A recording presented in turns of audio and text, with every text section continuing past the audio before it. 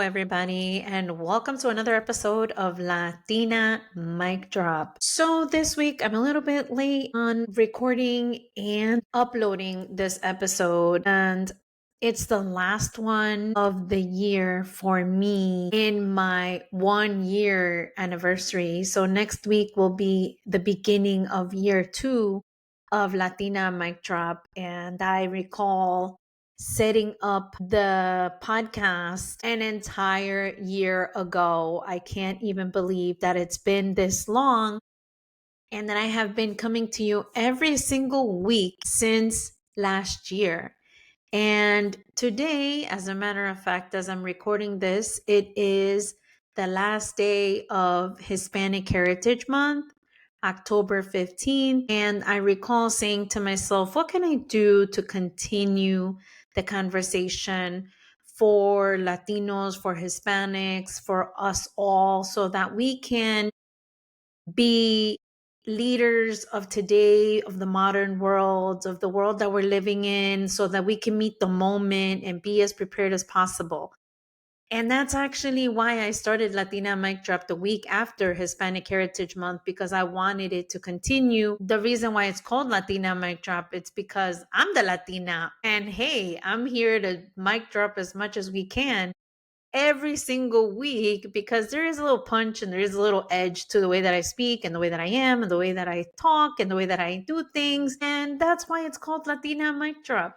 And actually, it came after a difficult moment, after a challenging moment, after a moment where I was debating whether I should call the podcast the name of my book, Tattoos and Pearls, or should I name it something else? And for some reason, Tattoos and Pearls just wasn't resonating with me to be the name of the podcast. And one day I was just sitting there journaling my feelings and thoughts away. And I was thinking to myself, what? I know what I'm going to call it, Latina Mic Drop. And I literally grabbed the pen and dropped it on the floor and said, that's it. That's what we're going to call the podcast. That's what I'm going to call the podcast. The podcast is going to be Latina Mic Drop. And this podcast is for everyone who wants to listen to it, an aspiring leader. It can also be for people who are current leaders. Like, I'm an HR executive. I currently work in the transportation industry. It's my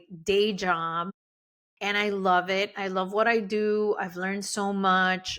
I've excelled in what I'm doing. And I was thinking to myself, what can I do that is going to serve me? Because I'm in a different age, I'm in a different category, I'm in a different stage in my life where I can now give back. And giving back has always been part of who I am, part of what I do.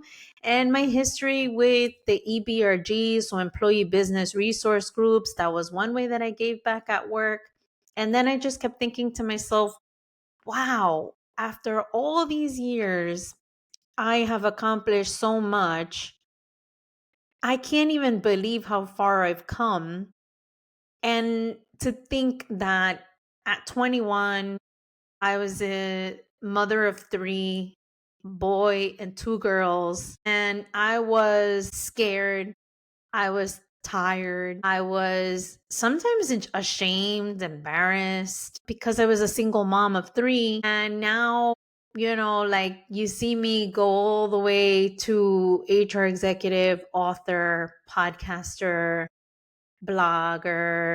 And it's interesting to see how far I've come. I'm married almost 20 years. We have a really good family and we have a really good dynamic.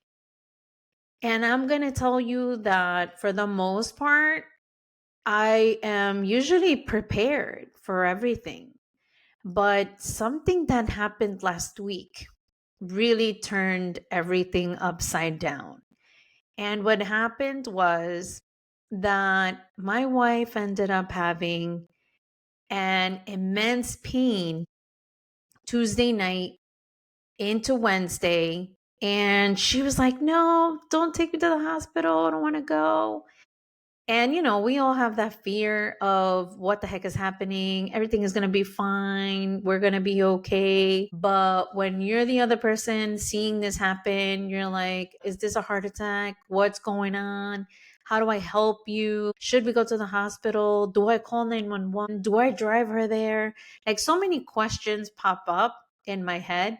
And those are the kinds of things that sometimes we're not really prepared for, are the emergency situations that happen in our lives as things go on. I mean, I was not prepared to not sleep for 2 consecutive days, not prepared to work, not prepared to not have a car with me, not prepared to, I didn't even have her insurance card. Like, it was a hot mess. I didn't have extra clothes with me. I didn't have um any food. I didn't have anything with me. And it just happened out of the blue. And I was thinking, oh my goodness, like, this is another chapter in our lives, right? We've been through so much and we've traveled and we've done so many different things recently this year. But the one thing we were not ready for was this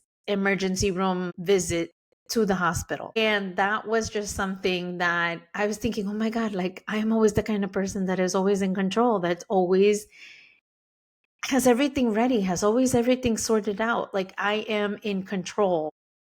Like, 10 out of 10, most likely. 9 out of 10, obviously, because this time I was not in control. Like, this time I did not know what to do. This time I had to make decisions on the fly. This time I had to really think things through. I needed to ask for help. I needed to do so many different things. And this is where real leadership comes in. And this is why I love the topic of leadership, because sometimes we're managers and sometimes we're leaders. And at this point in time, I really needed to be thinking and be there for her, but also communicate to my job, to my colleagues, to my coworkers, to my team. And that's part of where we're headed, right? And the things that we can prepare for are a lot of the proactivity that we have, and we can be proactive in how we do things. But then I was thinking to myself in the hospital while I was sitting there, and I had no charger. I had the phone, but I didn't have a charger with me. I was not expecting to stay 2 full days there. Like, I was not expecting to stay 48 hours in the hospital. And I just kept thinking to myself, man, I remember putting my head down and just closing my eyes and thinking, wow, like, there was nothing that could have prepared me for this moment right here, right now.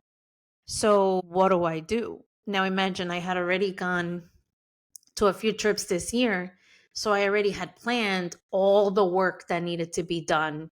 So all the work was already planned out by person, by project, by timeline. Everything was planned so that while I was away, I would be good and they would be good. And they knew how to reach me if they needed to.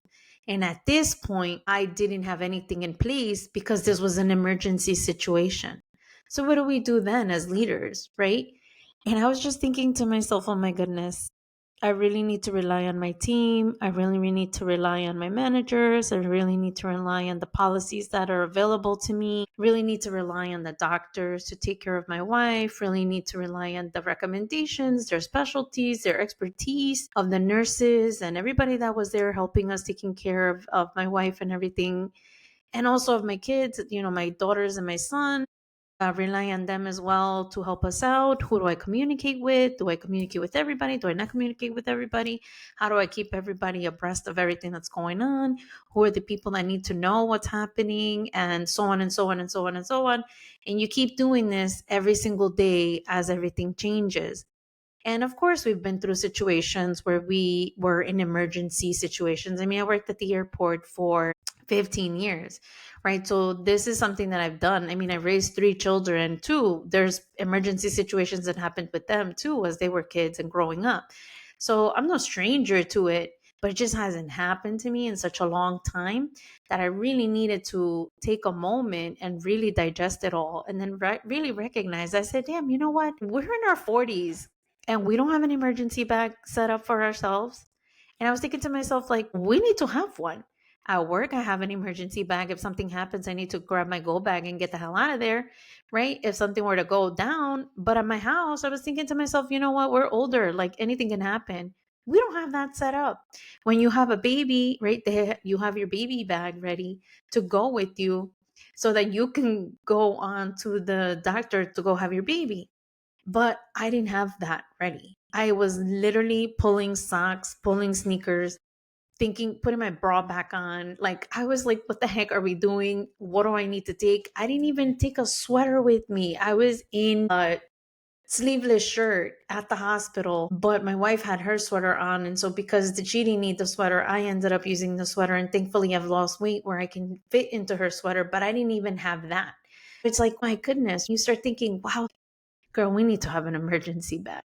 And I think at any given time, we all should have one because you just never know. And so you need to put in your chargers, you need to put an extra set of clothes, extra set of information, emergency contacts, all kinds of things that you're going to need if anything were to go down like this. I guess if you travel, you do the same thing. I mean, I kind of have a few things that I need, but I wouldn't have everything that I needed like that. But now that I have a little bit of time to reflect upon this, I was thinking like, wow, like I really have to rely on a lot of people and I really had to rely on my systems. And I'm really happy that the systems that I have built have been the ones to carry me through. And the relationships that I have built have also been the ones that have carried me through. Being able to communicate is one of those skills that sometimes we don't maximize to the best of our ability during these types of situations. And not everybody needs to know everything right away, right? Am I going to call like her job at midnight? No. We're going to call in the morning when people are back in, even though where she works is 24 hours. And we did let them know as soon as we knew. But at the same time, we don't even know what was going on. She wasn't scheduled to work the following day. But as soon as she was, and we kind of had an idea of what was going on, then we can, kind of give those updates. But the communication, like, it was more of me being able to communicate to my team. And thankfully, I had my work phone with me, but by the morning, it only had 10%. So I wasn't going to be able to work remote. I wasn't going to be able to reach out to them and stay in communication with them throughout the whole day. I only had my personal phone and I couldn't download the app then because I needed my phone to get the password or passcode to answer the other phone with this phone. And it was just a mess. So I wasn't even prepared for that because I don't use my personal phone with the work one. But the communication has to happen going up to your managers, let them know what's going on. And then also the people you have meetings with throughout the day, right? All those people need to be notified because you need to cancel them or move them, rescheduling. And I'm so thankful for everybody that has really worked with me because they have really been instrumental in being considerate of what I needed. This is something that I generally don't ask for. It was amazing to see how people do come together. All you have to do is ask. Like they say, closed mouths don't get fed. This was a definite opportunity for me to be able to flex that. And the communication down to my team, right? Hey team, this is what's going on. Now sometimes you may think like, how transparent are you? How much do you tell them? Right? Like you don't need to say what the heck is happening 24/7, like what blood type you are or anything like that. But I did have to give them notice so they can understand the severity of what I'm going through, so they can be there for me too, and they can understand how they can support me. And that's what I did. And then also making sure that they know early enough so that they can plan their day and they can plan what needs to happen, or they can move things around as well. And then the other piece is delegation, right? So thankfully, the delegation part of those things that I couldn't handle during the day, there was one email that I needed to make. But thankfully, I have the person that works with me who is amazing and instrumental into everything that I do. And she's 100% there for me. And she was able to support me. And I was able to say, hey, this needs to go out today. Can you please do that for me? As soon as these other two people are ready, they're going to contact you. And so I had to do that coordination on 10% of battery in the morning to make sure I did everything I needed to do right then and there. So it was like, all right, what are those things I need to check off while I'm in the emergency room, while there's no internet in the emergency room, because the freaking internet was horrible in there.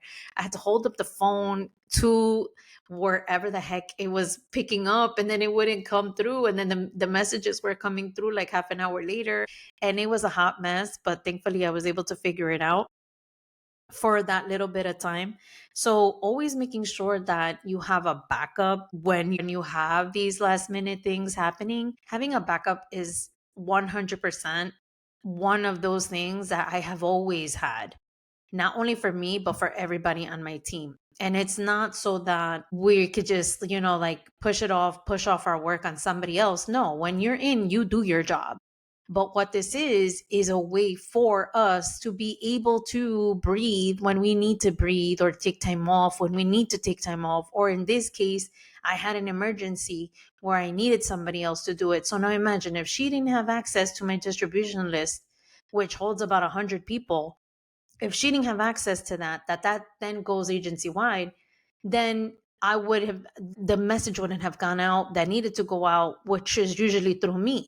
But because I have her as my backup and she's able to work with me and I trust her and we work well, and she knows the parameters, and we've talked about this and we've done this before, and we understand each other and we work together as a team, we get this done. And so without delegation, right? These are the things that we wouldn't be able to do had we not had these systems in place. And delegation is key to doing things. And this is what I think about. What is it that I don't have to do that somebody else can do? And in this moment, it was this. Other stuff can wait, but this one thing was the one thing that she could have handled for me that one time, in addition to a few other things. But that was the main thing, right? And that's what I think about. That's one example of it. The other part is the out of office email. I'm not telling them the whole story. I'm not telling them our blood types. I'm not telling them what happened. I'm not saying everything in X, Y, and Z, but I am saying in my out of office email that I set up really fast was that I'm handling a family emergency. And therefore, people understand, oh no, something really happened unexpectedly. And they're receiving that message, and then they'll go to my team. So underneath that, I have everybody on my team that they can reach out to get whatever items they may be looking for, whatever information they may be looking for. They know who to go to find the information that they need. And then if not, then they can wait for me to come back the next day. And that's key. And even when I went on vacation, people liked my out of office because I let them know I was on vacation. I was enjoying my time off. I was having a great time. I was enjoying food. I was enjoying the sun. Like, just one little sentence will let them know, like, the kind of vibe that you're in or what you're doing. And you're not going to be like, oh, I'm in X, Y, and Z, and give coordinates of where you are. It's just communication so people can understand and they can have an expectation of where you are, what you're doing, or how you're doing. And then actually, when you come back, it's a great conversation starter for you and that person to start conversing about what it was that you did and how it was, how did you love it? What did you do on X, Y, and Z? Then the other thing is making sure you're relying on your team. I mean, I can't thank them enough for everything that they have done throughout this week, which has been insanely a little messy for me and a little hard because I am not that good of a housewife, I must admit. Listen, I'm used to getting up and going to work and then coming back and doing these extracurricular activities that are business related. I am not like going up and down the stairs and cooking and making sure that there's like one cup of rice and a vegetable serving and all this and all that, like my wife does. She's very good at maintaining and eating. I'm not that good at those things. Washing dishes all day, like, oh gosh, but here we are. Not that I don't mind doing it. Of course, I'm going to do it for her. She's my wife. Like, how am I not going to support her? How am I not going to help her? She can't do it for herself. There's no way that I wouldn't. Oh my gosh, things are just so different these past few days because she needed emergency surgery. Being proactive is just the way that you can really have things in line and things won't fall behind. Because if you fall behind, if you're already behind, when an emergency happens, it's going to be even worse. So leaving things to the last minute is not going to help, because what if you had a deadline that you needed to do something, but because you waited, right? Like if I would have known, and of course, obviously you can ask for, hey, I need an extension, this emergency happened, right? But if you leave it really to the last minute, you run the risk of not being able to provide what you need if something were to happen like this, like an emergency happens. So I'm happy that I've been able to have a lot of things ahead of time done or in advance and understand when they are due. So that way I can work through it. And of course, the other thing is know your policies. Like, know the policies, know what you're entitled to. So many people really have no idea of what medical benefits they're entitled to, what policies are available to them, like flexible work, compressed work week, FML, FMLA. What's the difference? How much sick time do you have? If you have personal time, comp time, there's so many different pay categories, vacation time. I know exactly right now, I only have about 3 vacation days left. So that means I need to use them wisely. And unfortunately, I've had to use one that day that I was in the hospital because everything wasn't working for me because I only had 10% battery. So, right, I need to keep count of those things. And that's why it's important, and I'm happy that I was able to create something in our system that gives people those numbers so that they understand and know how many days they have, and it's accurate with the pay period. Knowing all of these things and being able to use these to your advantage will help you navigate emergencies a lot easier, because when emergencies happen, you just don't know how long you're going to be out. You don't know what's going to happen sometimes. And so we were not expecting that she would be out 2 to 4 or 6 weeks. And right now it's still figuring it out. And thankfully, we have a way in which we can help each other out and support each other. And this is the best thing about understanding what you're entitled to in anything that you're doing, anything that you're going through. These are the things that we need to pay attention to and look for answers if we don't know. So, even pulling up the policies, if you're going through something, you look up the laws that are relevant in your state. You can look up what organizations can help you, what are the things that are available to you, how are you going to execute X, Y, and Z for whatever time period you need. And let me tell you, this week was definitely one of the hardest. I must admit, nights didn't sleep. I broke night. It's been forever since the days that I would go out clubbing or having a great time, and then I would go home, literally change and go to work. Well, guess what? I'm not in my 20s anymore. I am in my 40s, and my number rounds up to 50, and I am not used to it. And I am not used to going up and down those stairs as much as I have been going up and down those stairs. So guess what?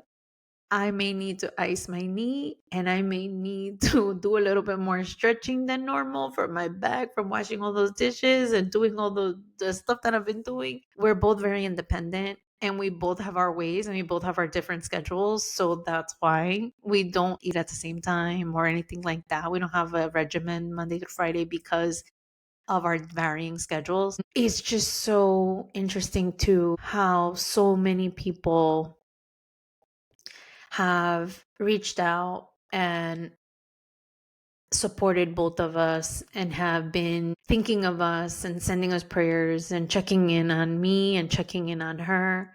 And I am just so grateful for it, because even though it has been a little difficult, even though it did turn things upside down, it is a moment in time where I am grateful for her, for me, for the doctors, for the hospitals, for the nurses, for everyone that has come through, our friends, family, everybody that has reached out to us, that have been there, because you just never know. Life is full of surprises. So let's get our emergency bags, because you know what? You just never know. And I am just so happy that I will be celebrating 1 year of Latina Mic Drop. 1 year. So if you know anybody that would benefit from the podcast, share with them. Let them know about me and my podcast and share it with them. Share an episode. There's so many different kinds of episodes. And I'm telling you, I'm trying to meet the moment. And that's why I do it every single week, based on what things that are happening to me and what I can share and what I've learned and how I do things, so that other people can do the same, because life is hard out here. And sometimes people like me who are first gen are doing it on our own, and we're the strong ones. We're the ones people normally come to for help. But when things happen to us, and my wife is too, when people come to us, most of the time, it's hard when it actually happens to us and we need the help, right? We're not used to asking. Like even today, I had to say, hey, I may need an extra approval for being out and doing something else. And it was a little bit uncomfortable for me.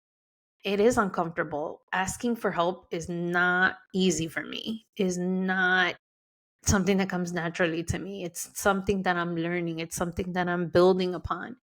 But here's the thing, we're all learning together.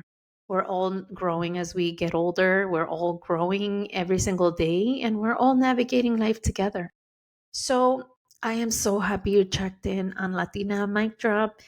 And stay tuned for next week, which will be our 2 year start. We will be starting year number 2.